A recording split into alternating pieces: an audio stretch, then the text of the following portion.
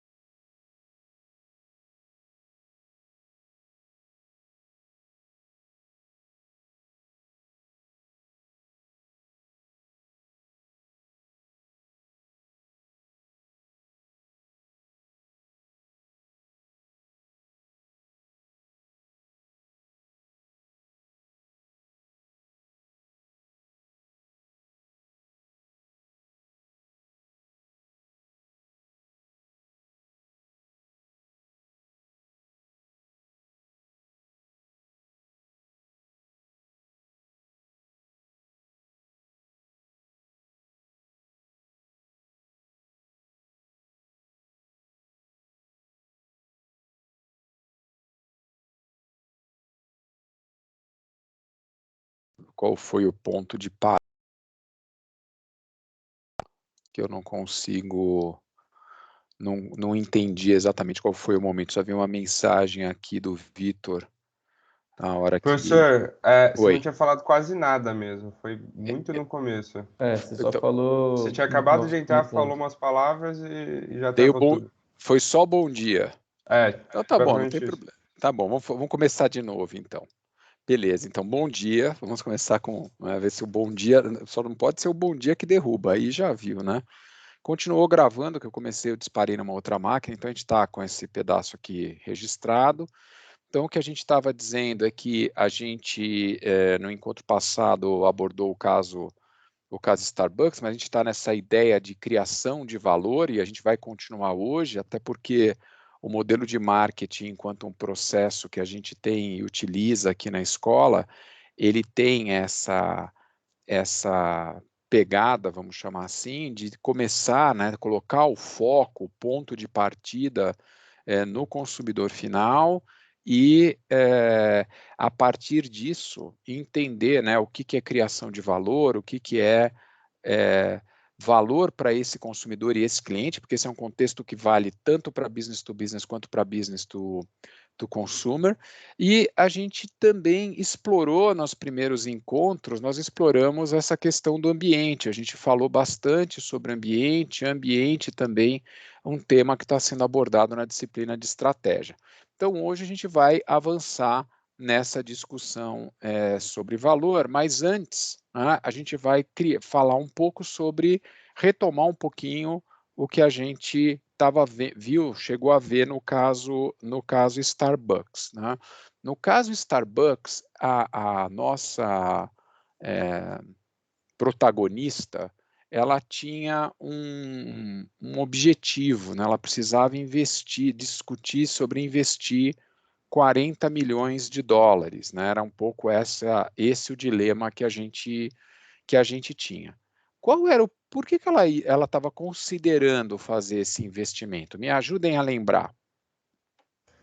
Porque ela queria reduzir o tempo no atendimento, né? Para chegar perto daqueles 3 minutos, que era o ideal para o serviço ótimo. Certo, mas por que ela iria investir isso agora e não antes? Será que está acontecendo alguma coisa que está fazendo que o serviço já não seja mais ótimo? O que está havendo? Eles perceberam a perda nos clientes? Então, na realidade, a gente tinha o Starbucks, ele tem dois momentos, né? A gente tem um momento ali que a gente chama do momento da origem e depois tem um momento do caso, mais adiante. E aí, aqui no início, né, você tinha uma proposta de valor que era o café, que era o serviço e que era o ambiente. E essa proposta de valor, ela conversava, deixa eu colocar aqui, senão quem vê acha que é só um, né? Essa proposta de valor, ela conversava muito bem com o público-alvo. Então, o que era valor com essa ideia de terceiro lugar, conversava, dialogava bem com um público que era eminentemente público feminino, 25 a 44 anos, né, um nível de renda e educação mais elevado. Aí aconteceram algumas coisas, né, ao longo do tempo que aconteceram no ambiente, que foi essa tônica da nossa discussão, que promoveram, né, um pouco esse questionamento sobre o tempo de serviço. E esse tempo, né, o tempo ótimo, vamos chamar assim, como acho que foi dito pelo Victor, ele estava impactando a satisfação do cliente, que aí vai um pouco nessa direção que a Priscila comentou, né? O cliente está ficando meio, detectamos junto ao cliente que ele está ficando insatisfeito. Mas por que isso aconteceu? A empresa deixou de investir, a empresa não cresceu, que nem o caso, por exemplo, Toys R Us, né, que a empresa investiu, não acreditou, não apostou no digital, depois teve dificuldade financeira e afetou a parte da experiência física. O que aconteceu que gerou essa dúvida, né, com relação ao tempo ótimo impactando a satisfação?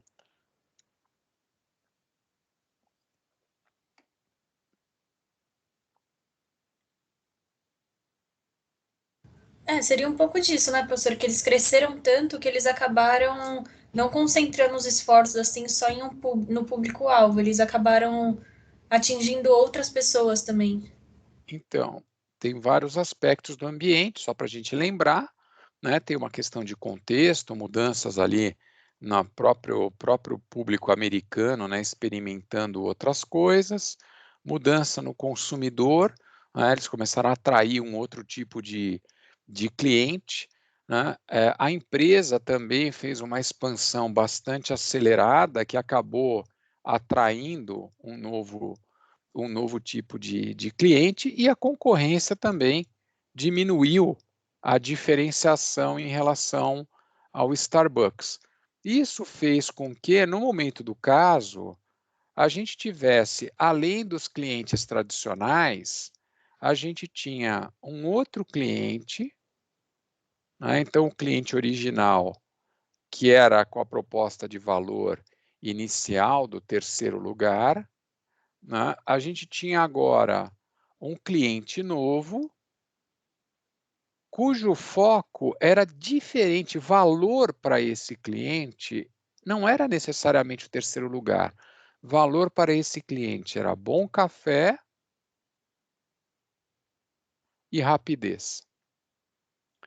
Então, o que acaba acontecendo é que, por essa dinâmica, precisa pensar num ajuste, né? O que eu posso fazer? A gente acabou o nosso encontro de sexta-feira, falando sobre a possibilidade de fazer o investimento eventualmente, tentar manter os dois grupos ou até considerar abrir mão de um desses grupos.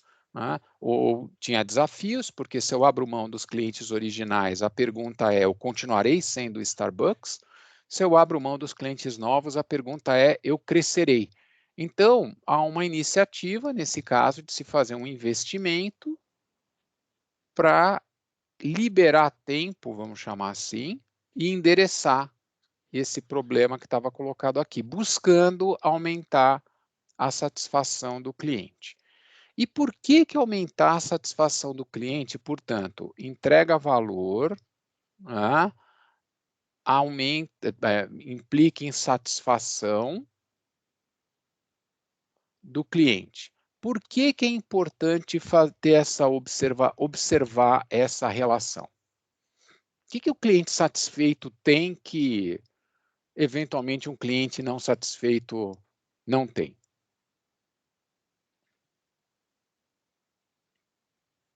Que até conta no caso, né? E que tem a ver com essa fórmula, vamos chamar assim, que está colocado aqui. O que a satisfação promove? Ele vai voltar. Ele vem mais vezes na empresa, é isso? Uhum. Mais transações. O que mais?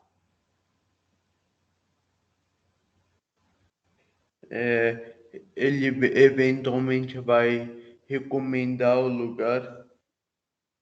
Pode ter recomendações. Eu vou só deixar aqui embaixo. Gratuito também, né? Ele o quê? Desculpa?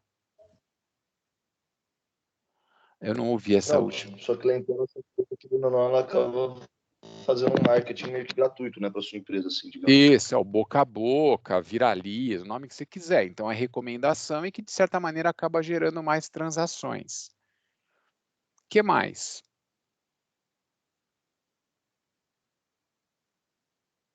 Será que gasta mais? Será que o ticket médio do cliente satisfeito é maior do que o do não satisfeito? Ele experimenta mais coisas, vai na dica do barista, o que vocês acham? Provavelmente que fica com mais credibilidade. Se o Starbucks está falando que é bom, deve ser bom. Então, cliente satisfeito, a satisfação faz com que a pessoa frequente mais e faz com que a pessoa eventualmente gaste mais. E além disso, se você está satisfeito, por que mudar? Então você tem um tempo de relacionamento maior, que é o que está expresso nessa ideia aqui de Customer Lifetime Value. Né?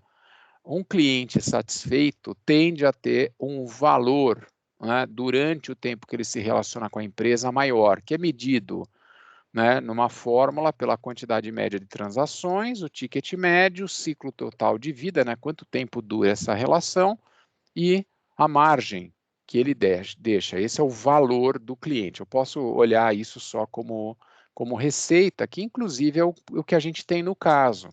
Né? Então, a gente nota que um cliente satisfeito, esses são dados que foram extraídos diretamente das tabelas do caso, a gente vê esse efeito representado por esses dados. O número de visitas aumenta, né? A satisfação aumenta nesta direção, o número de visitas aumenta nessa direção, o ticket médio aumenta nessa direção, a receita, portanto, o tempo médio de vida, ou seja, a duração da relação também aumenta nessa direção e, portanto, a receita potencial, a receita que esse cliente deixa, também aumenta ao longo dessas dimensões. Portanto, investir em satisfação, de certa maneira, é gerar clientes, né, é contribuir para que os clientes retornem, né, valor para a empresa. Isso aqui é valor para a empresa. A gente extrai valor do cliente. Então, criar valor para o cliente afeta positivamente a satisfação e a satisfação desses clientes faz com que eles sejam mais valorizados, eles entreguem, né, por meio do preço, evidentemente, aí por meio do número de transações e por meio de outros aspectos, como foi pontuado, né, no slide anterior, né, por um de vocês, a questão da recomendação.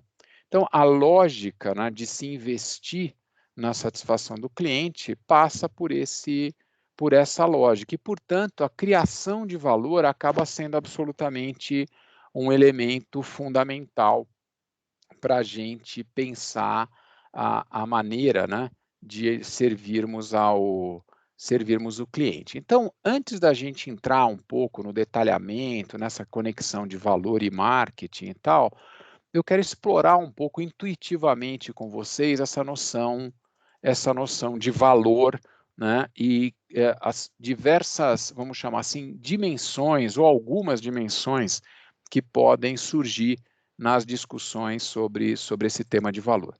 Então vamos começar com uma caneta. Uma caneta, na essência, ela serve para quê, hein?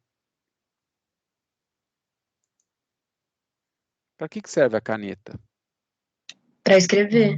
Para escrever. Uma caneta é um instrumento de escrita. Essa é a essência. Tá? Tem outras coisas ligadas a isso, e aí eu estou falando de uma caneta específica, uma caneta Bic, que inclusive tem uma marca associada. Quanto custa uma Bic? Mais ou menos, não é preço exato, né? Proporciona assim, uma ideia, ordem de grandeza.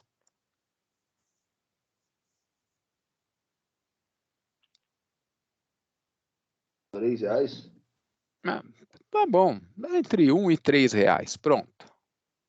Aliás, só para a gente aproveitar e falar da atividade de sexta-feira, a caneta Bic pode ser um daqueles produtos mundanos ali do dia a dia com preço inferior a R$5, né? Produtos deste tipo, né? Só para recapitular, né? Na sexta-feira nós vamos retomar essa discussão sobre comportamento do consumidor. Obviamente a gente está usando, né? Eu dividi a sala em 6 grupos e cada um desses grupos recebeu uma descrição, vamos chamar assim, de um produto ou serviço diferente. Aqui eu coloquei uma a mais. Tá? E a ideia é que dentro de cada um desses grupos, a atividade é individual, a gente vai ver, né, se, por exemplo, entre uma caneta e um cafezinho, ou entre um produto lá que a gente chama acima de 100, né, que é autoexpressivo, que pode ser um tênis, pode ser uma roupa, pode ser uma caneta de outro tipo, que nem a que eu vou mostrar aqui na sequência, para a gente entender os elementos de comportamento do consumidor e conectar com esse aspecto de valor que a gente está trazendo aqui nesse encontro e no encontro passado. Então, a caneta Bic é um daqueles, do exemplo do produto até 5 dinheiros, no caso R$5, que foi o que eu pedi para vocês pelo WhatsApp. Legal, agora tem um outro instrumento de escrita, que é esse aqui, tá? Que é uma caneta. Serve para escrever. E a última vez que eu chequei, não é porque você usa uma Montblanc que a sua letra fica melhor, né? Se eu estivesse usando aqui uma caneta Montblanc, não sei se ia melhorar a minha letra. Essa caneta aqui custa mais ou menos quanto? Vocês têm ideia? 5 conto, 10 conto, 1.000. Então, deve ter, certamente tem Montblanc desse preço. Essa aqui é uma Montblanc mais baratinha, ela acho que custa entre 1.500 e 2.000, uma coisa assim. Ué, mas veja, são 2 instrumentos de escrita. Por que tem essa diferença de preço? O que justifica isso?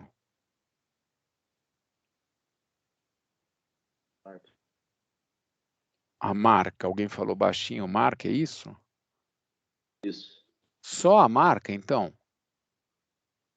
E a marca se traduz de que maneira? Porque a marca, então, a marca tem um valor, mas a marca tá traduzindo o quê? Porque Bic também é uma marca. É o status, né? Então, essa marca, ela implica em status, Status pode implicar em satisfação pessoal, que pode ser um aspecto, isso aqui podem ser elementos de valor. Então, a marca BIC não traz nenhum status a princípio, tá? Mas a marca Montblanc traz. Então, não é só o valor funcional, porque se fosse exclusivamente pelo valor funcional, a gente está falando de dois instrumentos de escrita. Então, o que é valor vai depender de alguns fatores e vai ser influenciado por alguns elementos que a empresa pode controlar, a marca, outros elementos como os canais, a própria precificação, de certa maneira, comunica coisas sobre a ideia de valor. Então, um componente, né, de valor é sempre o aspecto funcional. Pode ser a Montblanc, pode ser o que for. Se não escrever, nesse caso em particular, para esse uso, não perde o seu valor, vamos chamar assim. Então, a gente precisa entender que o valor, na realidade, é um elemento muito mais amplo do que os aspectos funcionais. Você pega aqui um outro exemplo, a loja Dia, né, percentual, é uma loja que tem sortimento limitado, ou seja, não tem todos os produtos que a gente gostaria, todas as categorias, né? Tem muita marca Dia, marca própria, e tem o preço mais baixo. Diferente, por exemplo, de varejistas, né, que tem aqui em São Paulo, high-end, como Casa Santa Luzia, Saint Marché, onde você tem mais serviço, onde você tem mais sortimento, tem inclusive mais produtos importados e coisas do gênero, e evidentemente vai ter um preço maior. E vai ter consumidores que preferem esta proposta de valor e consumidores que preferem esta proposta de valor. Muitas vezes, o mesmo consumidor, dependendo da ocasião ou até o tipo de produto que ele está querendo comprar, ele pode usar os dois canais. Então, percebam que além do aspecto da proposta de valor, eu preciso entender o consumidor de forma mais efetiva, né? A gente tem diferentes experiências, portanto, com diferentes propostas de valor. Mais um exemplo, que a gente já viu alguma coisa parecida. Cacau Show e Copenhagen. Como é que a gente pode pensar nessa ideia de valor que a gente está construindo para explicar, né, um pouco do que a gente viu quando a gente estava falando sobre ambiente, na concorrência, falando de concorrência, inclusive, sobre essas duas marcas?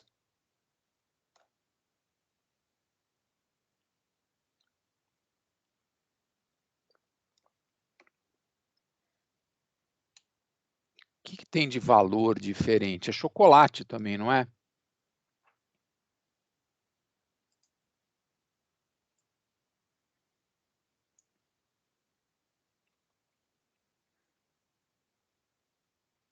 Cair de novo, vocês estão quietos e A quietas? Copenhagen, ela é como, tipo, ela vende uma experiência melhor, né? Tipo, você pode sentar lá, comer lá. Acho que Qual o nome delas você da está falando? marca também é mais valorizado. Qual você está falando? A Copenhague ou a Cacau Show? Copenhagen. Então, tem tradição, tem uma marca que fala, né, é autoexpressiva, né? Então a pessoa está lá, putz, é Copenhague, meu pai comprava aqui, né, meu avô comprava aqui para minha avó, o Sherry Brand, né, a língua de gato, a primeira que apareceu. Então, tem outros componentes de valor que às vezes a gente precisa conhecer o comportamento do consumidor, porque se for pelo lado funcional, às vezes fica meio difícil da gente competir e justificar o preço. Tanto é que o que acabou acontecendo foi que a Cacau Show, apesar de ter entrado de uma maneira mais, né, com uma proposta de valor mais voltada a um aspecto de chocolate com qualidade a preço mais baixo, ela começou a avançar, né, no mercado da Copenhagen a ponto da Copenhagen criar uma marca para fazer frente direta a Cacau Show e, eventualmente, com isso, né, criar uma certa defesa ao seu posicionamento, à sua proposta de valor. Para finalizar, né, quero usar esse outro exemplo. Quanto vocês pagariam numa camiseta preta dessas simples? Quanto vale essa camiseta? Quanto vale no sentido de quanto vocês pagariam?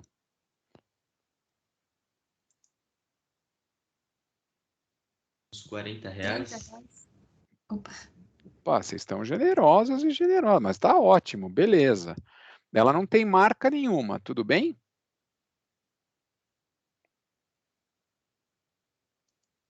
Agora eu vou pôr uma marca. Quanto vale essa camiseta? Quanto vocês pagariam?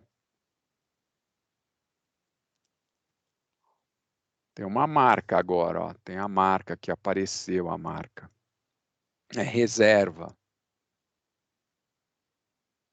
Eu pagaria o mesmo valor, professor. Mas eu pagaria o entendo mesmo que é valor? mais caro. Entendo que é mais caro. Então, mas então você pagaria as duas o mesmo valor, tanto faz. Para mim, sim. Ou seja, nesse caso, o delta de valor para você aqui é zero, pelo fato de ter a marca. Uhum. Por quê?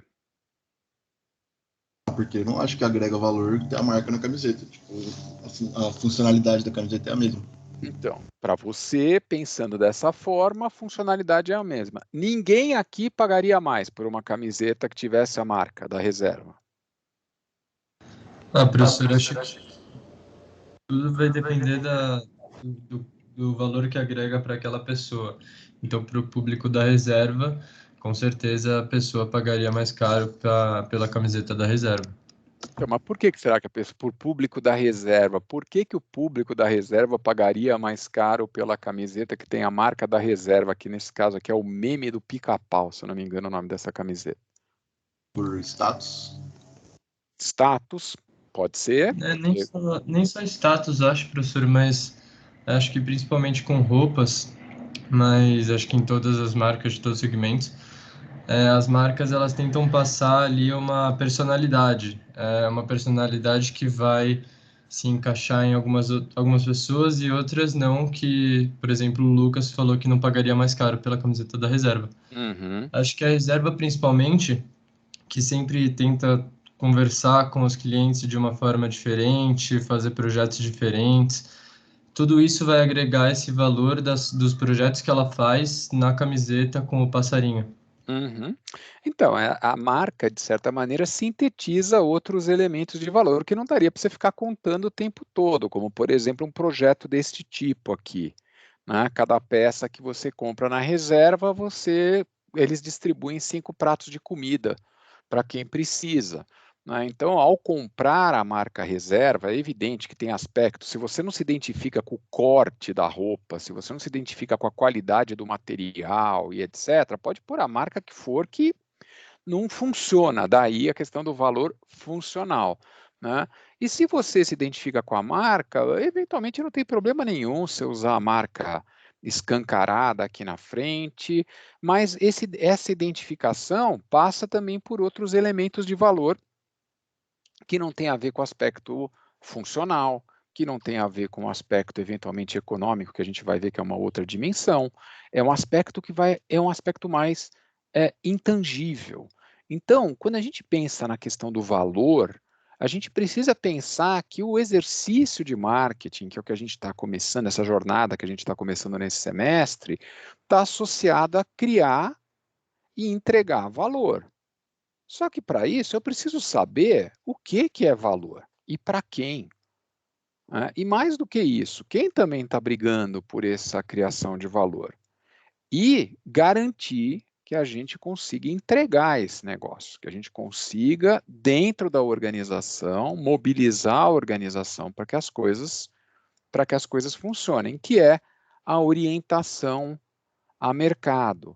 Se a gente voltar lá para os nossos primeiros encontros, a gente falava, né, na evolução do marketing, que a gente partiu, né, de uma orientação a produto E a gente que ficou, inclusive, vigente por mais 50 anos, praticamente, pelo menos enquanto definição, para essa orientação a mercado, tendo passado ainda por vendas aqui no caminho, tendo passado por orientação exclusivamente ao consumidor. Quando a gente pensava na orientação a produto, o negócio era a função, não é? Era a função do produto, para que ele serve. Agora, quando a gente pensa na orientação a mercado, a gente tem que entender o que é valor. E para entender o que é valor, a gente precisa entender quem é o cliente. Para entender quem é o cliente e o consumidor, seja no contexto business to consumer, seja no contexto business to business entre empresas, a gente precisa entender o que é valor e precisa entender aspectos de comportamento. Daí que a gente fala de valor hoje, né? Devemos avançar bastante para fechar o tema de valor, talvez fique alguma coisa para o encontro que vem, e no encontro que vem, por meio dessa experiência que vocês vão estar tendo de perguntar coisas, né, sobre como as pessoas compraram, de que jeito, o que elas pensaram e tal, a partir dessa experiência, a gente vai conseguir construir uma visão de comportamento do consumidor, que é algo importante que nós precisamos monitorar. Então, o foco do cliente, que é a base de tudo. Vocês, como eu mostrei lá no nosso modelinho, né, lá de marketing, eu desenhei um olho assim para mostrar que a gente tem que estar o tempo todo olhando para isso, é tentar identificar, antecipar e satisfazer necessidades, desejos dos clientes.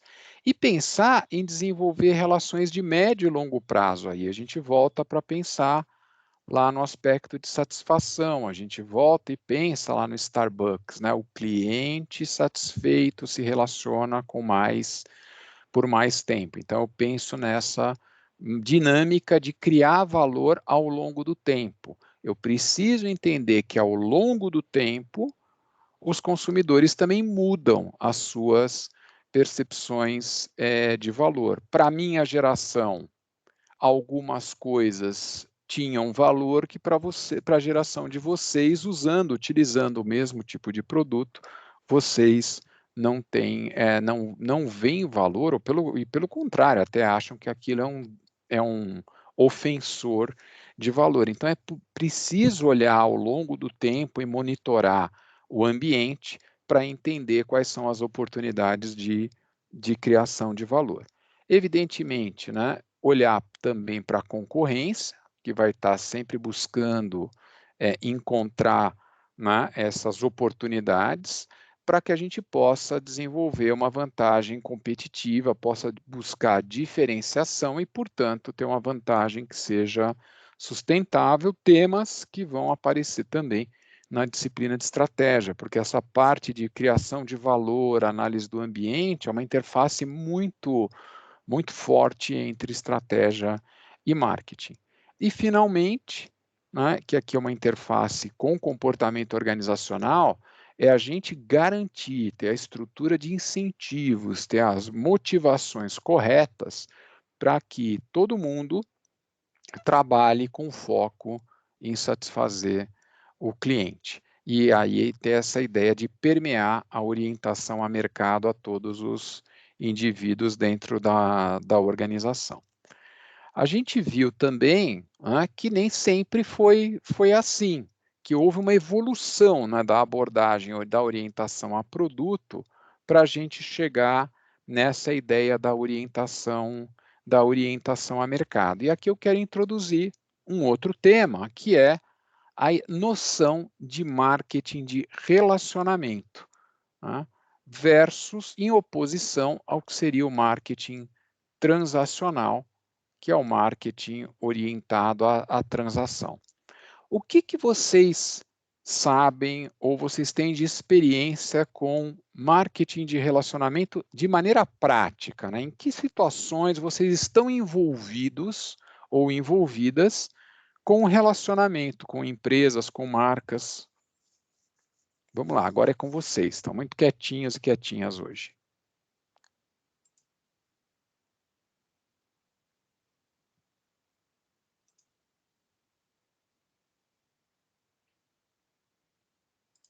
Vocês participam de algum programa de relacionamento?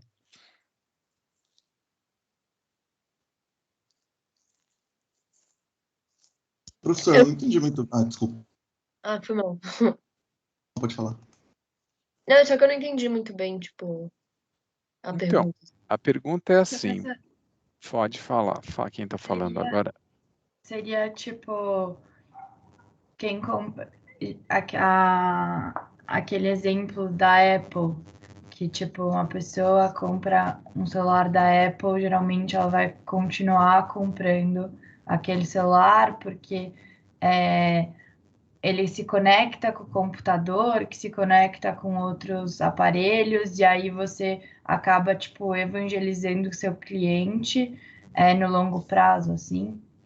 Então, a princípio, o objetivo da Apple é criar esse relacionamento, que ele seja contínuo, né? Agora eu estou perguntando, a minha intenção com a pergunta era como se dá a construção do relacionamento, como é que as empresas, né, investem nesse processo de relacionamento. E aí eu estou perguntando se vocês de alguma maneira participam ou vocês recebem impactos de empresas que querem ou que tentam criar o relacionamento.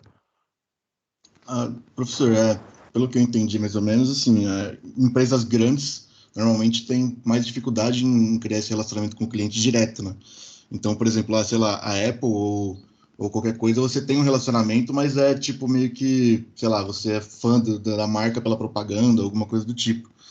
Mas empresas que, por exemplo, eu tenho um relacionamento são empresas mais pessoais, assim, tipo banco, que você precisa estar lá junto e tipo precisa conversar com o gerente, coisas mais assim, mais marcas maiores, não. Mas o banco é grande Não, também, né? Então assim, o banco é grande, mas tem que ter um relacionamento mais pessoal, né?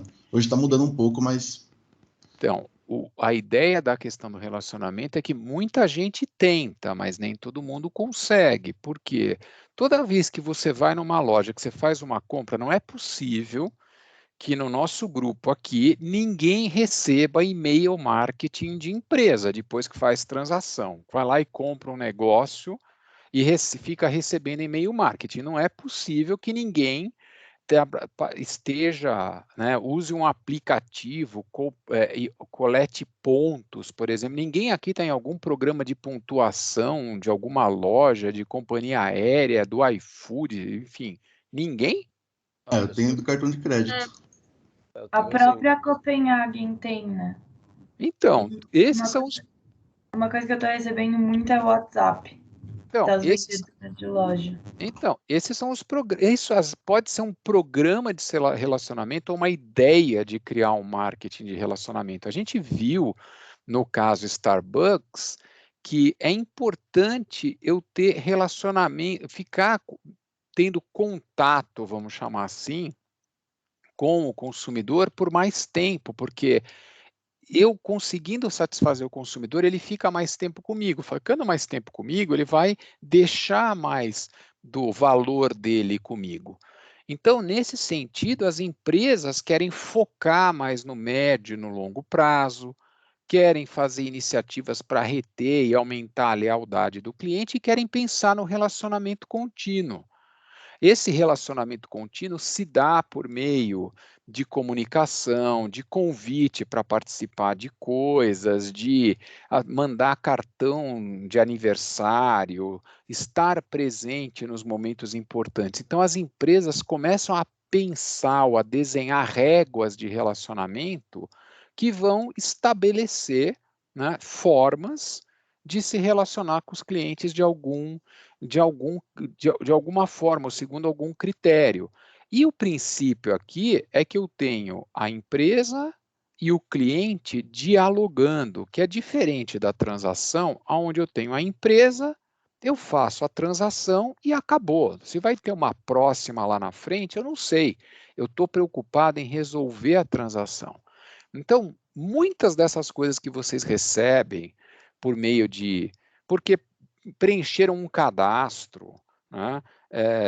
Ou porque a vendedora, como foi o exemplo que foi colocado acho que pela Marina, tem o telefone, de certa maneira, está se buscando estabelecer esse relacionamento e, portanto, essa construção de valor ao longo do tempo. E isso é uma iniciativa que é conhecida como marketing relacional ou marketing de relacionamento, em que eu reconheço que eu tenho um investimento para trazer o cliente e que quanto mais tempo esse cliente ficar comigo, melhor vai ser o retorno sobre esse investimento. É como se eu tratasse os clientes como ativos.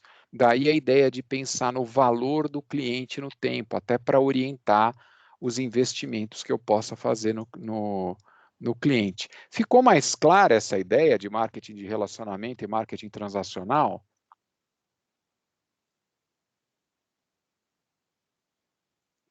Sim. Você pode explicar o transacional de novo, que eu me perdi um pouco? O transacional é focado exclusivamente em resolver aquela transação. O que vem depois não interessa.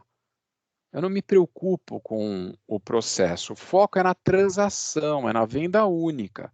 Eu fiz essa venda, lá na frente, eu não preciso nem falar com o cliente. Né? Um dia eu vou atrás dele de novo para fazer outra transação. Eu não vou ficar mantendo, né, ou investindo na retenção. O meu objetivo é fazer aquisição. Entendi, mas qual seria um exemplo disso, assim? Um exemplo disso? Eu vou fazer um exemplo, vou falar um exemplo agora. Alguém aqui recentemente resolveu trocar de companhia telefônica? De plano de celular? Nossa, professor, sim. Por quê? Na verdade, eu acabei não trocando, eu troquei o meu da internet, mas eu tive o mesmo efeito do que das pessoas que trocam a companhia de telefone, porque aparentemente eles conseguem na base de dados ver que eu troquei e aí começa o contato comigo. Então, olha, se vocês façam um exercício, tá? Para ver quanto vocês eventualmente estão pagando de internet, ou quanto vocês estão pagando de TV a cabo, se for o caso, ou de celular. Muitas vezes é mais barato você ser um novo cliente do que estar na empresa, se relacionando com a empresa há 5 anos. Ou seja, quem está na empresa se relacionando há mais tempo, parece que tem menos valor para a empresa do que quem vai entrar. Então, é quando a empresa tem por objetivo pôr o cliente para dentro. Então, existe esse tipo de fenômeno que acontece em muitas empresas desse tipo, em que o foco é no curto prazo, né? Você quer aumentar a sua base de clientes, você vai forçar aquela venda, pode fazer sentido em algum contexto, a gente já vai ver, mas o objetivo, o foco é realizar aquela venda. Não é se preocupar se haverão vendas futuras. No caso do que eu estou usando como celular, internet, etc., você faz um contrato de adesão, eventualmente você tem uma cláusula de fidelidade, mas depois da cláusula de fidelidade, você pode sair ou não.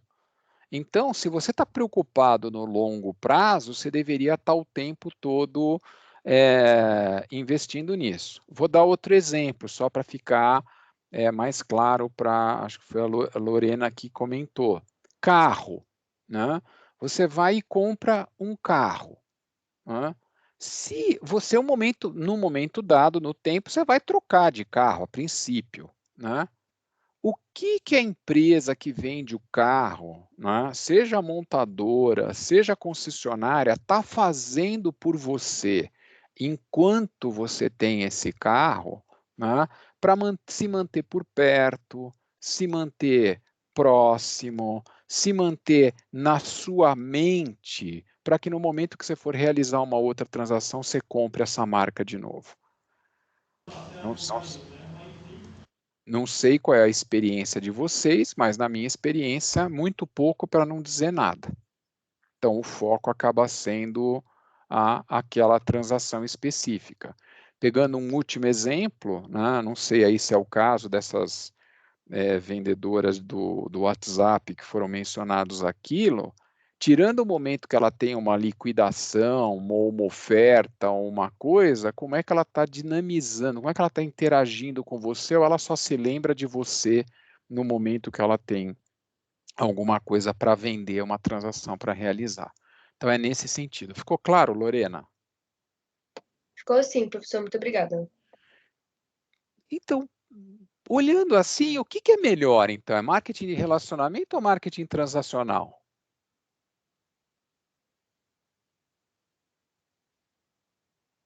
Acho que depende do mercado, mas acho que o relacional é bem mais interessante, né? Então, essa é uma resposta assim, depende do mercado, né? Por quê? Será que hoje, em dia, todas as empresas já adotam o marketing relacional? Será que o marketing transacional não é efetivo? Será que a empresa tem que fazer uma opção? E aí você já deu uma pista, né? Falando, depende do mercado. Vamos elaborar um pouco mais em cima disso, né? Será que a gente tem que optar por umas duas visões? Que variáveis talvez a gente deveria levar em conta dentro da nossa empresa para escolher qual abordagem usar com qual tipo de cliente? Nossa, professor, é que eu tava até lembrando agora, né? Eu já tive uma experiência de marketing transacional assim que foi muito boa. Eu tive um produto que veio vencido para minha casa e assim, até não é que hoje eles me mandam e-mail falando de ofertas, falando ou no WhatsApp, mas foi tão efetivo, eles me atenderam tão bem que hoje eu volto naquela loja, sabe? Eu sei que eu posso comprar e se eu tiver um problema, eu vou conseguir resolver na hora e eles não vão ficar também me mandando nada. Então, mas no final do dia, o fato deles terem resolvido a transação, né, além de uma obrigação muitas vezes de uma obrigação legal muitas vezes, de certa maneira, coloca essa empresa de uma maneira distinta, como alguém com quem você se relacionaria porque ela foi justa com você ou porque ela te surpreendeu positivamente. Então, mais do que a gente entender a diferenciação entre conceitual, é a gente reconhecer que a gente tem clientes diferentes, que valor é diferente. Vamos pensar lá no Starbucks, né? Voltar para o nosso caso. Lá no Starbucks, eu tinha o cliente do terceiro lugar, que é o cara que quer ficar, esperar. E tinha o cliente do café rápido. São dois aspectos distintos. Não adianta eu pegar esse cliente aqui na hora que ele chega na frente do barista e o barista começar a contar história, tentar estabelecer uma dinâmica, chamar pelo nome. O cara não quer isso. Então, para que esse cliente ele está com enfoque mais de resolver o problema? É quase uma missão. Tem consumidores que vão em loja, por exemplo, como uma missão. Você tem que cumprir, tem que pegar aquele produto e ir embora. Portanto, produtividade, rapidez é o que importa. Tem outros que estão a fim de curtir a experiência, ficar no lugar e etc. Para esses, eu tenho que oferecer outros elementos relacionais. Então, eu preciso, na realidade, entender o cliente, entender o comportamento do cliente e criar, vamos chamar assim, as oportunidades e a proposta de valor e ajustar a proposta de valor de acordo com as características desse cliente. E vejam, às vezes pode ser o mesmo indivíduo, só que em ocasiões distintas. Vocês, por exemplo, quando vão almoçar, né? É sempre que... Quanto tempo vocês têm para almoçar?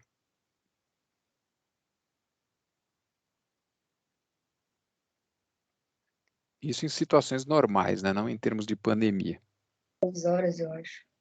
Não Não, sei. tem 2 horas de espaço, mas às vezes você vai usar o seu tempo para fazer o quê? Só para almoçar? Vai ficar 2 horas sentada, curtindo o terceiro lugar? Ou tem momentos que você está com pressa, que você quer comer um negócio rápido porque tem outro compromisso, tem que resolver? Sim, às vezes sim, sei lá, 10 minutos, 20 minutos, meia hora.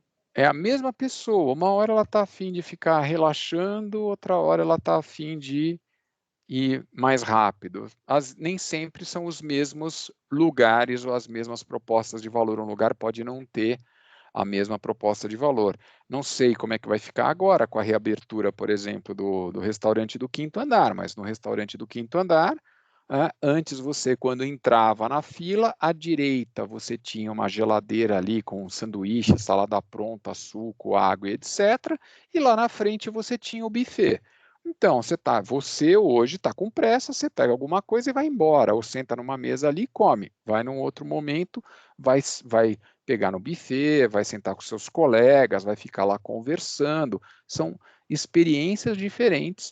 Não é necessariamente um exemplo bem acabado, vamos chamar assim, da diferença do marketing relacional e do marketing transacional, mas é mostrando momentos diferentes do cliente, momentos em que o cliente está orientado à transação e momentos em que o cliente está orientado a essa relação / experiência. Então, não existe o que é melhor ou o que é pior, eu preciso contextualizar isso em relação aos segmentos de clientes e à dinâmica do mercado, porque pode ser que a concorrência me obrigue a buscar um processo mais relacional. Eu posso usar o relacionamento como uma ferramenta de diferenciação. Porque, afinal de contas, se eu tenho relacionamento e eu crio esse diálogo de duas mãos, eu tenho informações sobre o cliente e, dessa forma, eu posso oferecer mais valor para esse cliente. Ficou mais claro, gente? Alguém faz uma síntese para mim, vai para ver se vocês entenderam o que é essa diferença e essa relação de valor com segmentação, com marketing de transação e marketing de relacionamento. Alguém se habilita?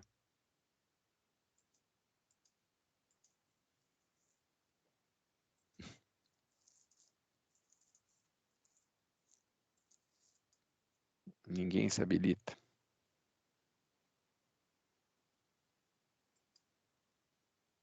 Como é que é, professor? Desculpa, eu fui no banheiro, acabei de chegar, só escutei, alguém se habilita. Não, a gente falou de valor, a gente falou que esse valor depende do cliente, tem a ver, né, com o tipo de segmento, e que essa questão, esse entendimento, né, de construção de valor, ela pode ter indivíduos que vão ver valor num aspecto mais transacional e outros que vão ver num aspecto mais relacional. E aí eu tinha falado, bom, então quem se habilita é fazer uma síntese do que a gente viu até agora, e aí não rolou, não deu muito certo.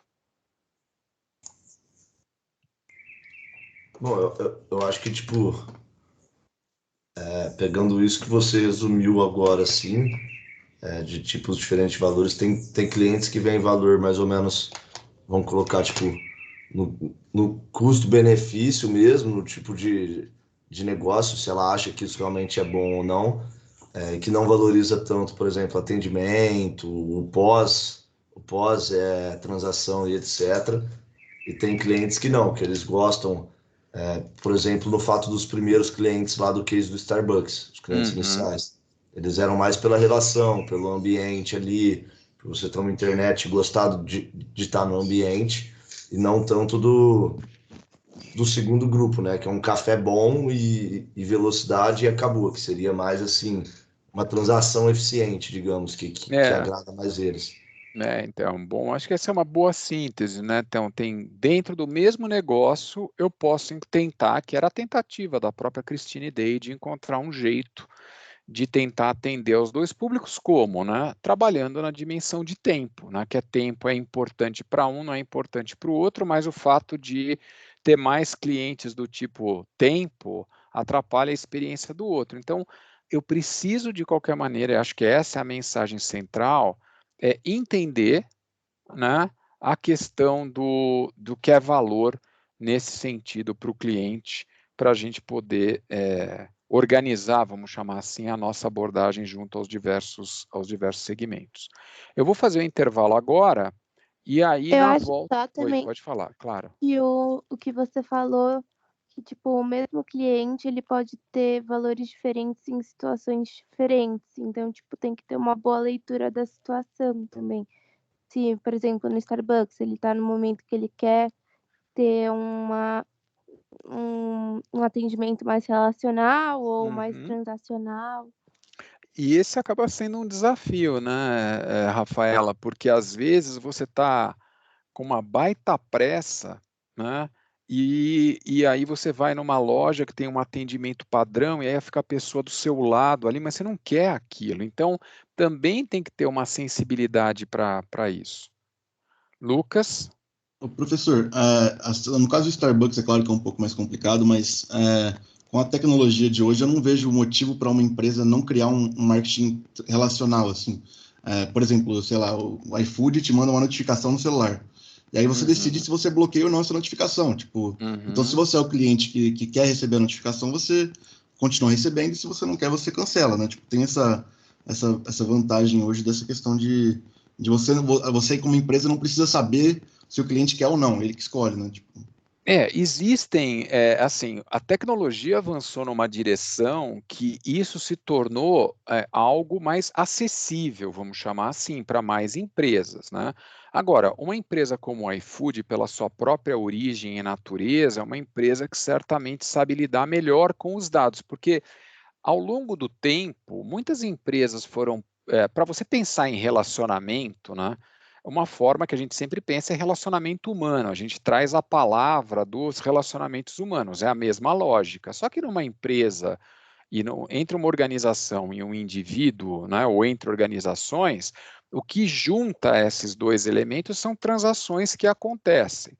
Então, se você tiver registro dessas informações e souber tratar essas informações, tanto de forma descritiva quanto de forma preditiva, você pode emular, vamos chamar assim, essa ideia do relacionamento humano. Então, para isso, você precisa do dado, né, e para isso você precisa saber usar esse dado e transformá-lo em informação. Uma empresa como o iFood tem esse tipo de recurso. Muitas empresas tentaram e tentam há muito tempo lidar com essa dinâmica. Eu vou dar um exemplo. O Grupo Pão de Açúcar, ele tem, por exemplo, um programa de fidelidade, né, por meio do cartão que chamava mais, nem sei como chama hoje, desde os anos 2000. Desde o ano 2000, ou seja, há 20 anos, o Grupo Pão de Açúcar está trabalhando com isso. E quando, não sei como é que está hoje, mas quando eu dou aula para o pessoal mais velho, que pegou essas primeiras fases, eu pergunto quem teve esse tipo de cartão e quem tem agora, né, o que tinha agora, caiu muito. O que os aplicativos modificaram, vieram ajudar de outra forma. Então você tem razão na medida em que hoje é mais fácil ou menos difícil você capturar uma série de informações e tentar, por meio do digital, estabelecer essa dinâmica. Mas essa dinâmica só vai ser efetiva se você for relevante nas interações. Porque também tem vários. Eu estava dando aula na turma A agora há pouco, e aí alguém mencionou que recebe um monte de e-mail que só fica enchendo, que não resolve, que não ajuda. E alguém que está lá do outro lado está achando que ficar mandando e-mail é estabelecer relacionamento, entendeu? Então, é importante entender, né, qual é a melhor forma de se relacionar e tirar proveito dos dados e da tecnologia. Fez sentido, Lucas? Fez sim, professor. Obrigado. Então, a gente vai fazer um intervalo agora, a gente vai voltar às 10h55, e aí a gente vai dar continuidade, a gente vai sair um pouco dessa ideia mais abstrata de valor e vai chegar um pouco em algumas alavancas de valor, né? O que a gente pode concretamente pensar que são coisas que a gente pode mexer na nossa proposta de valor. Então, voltamos às 10h55.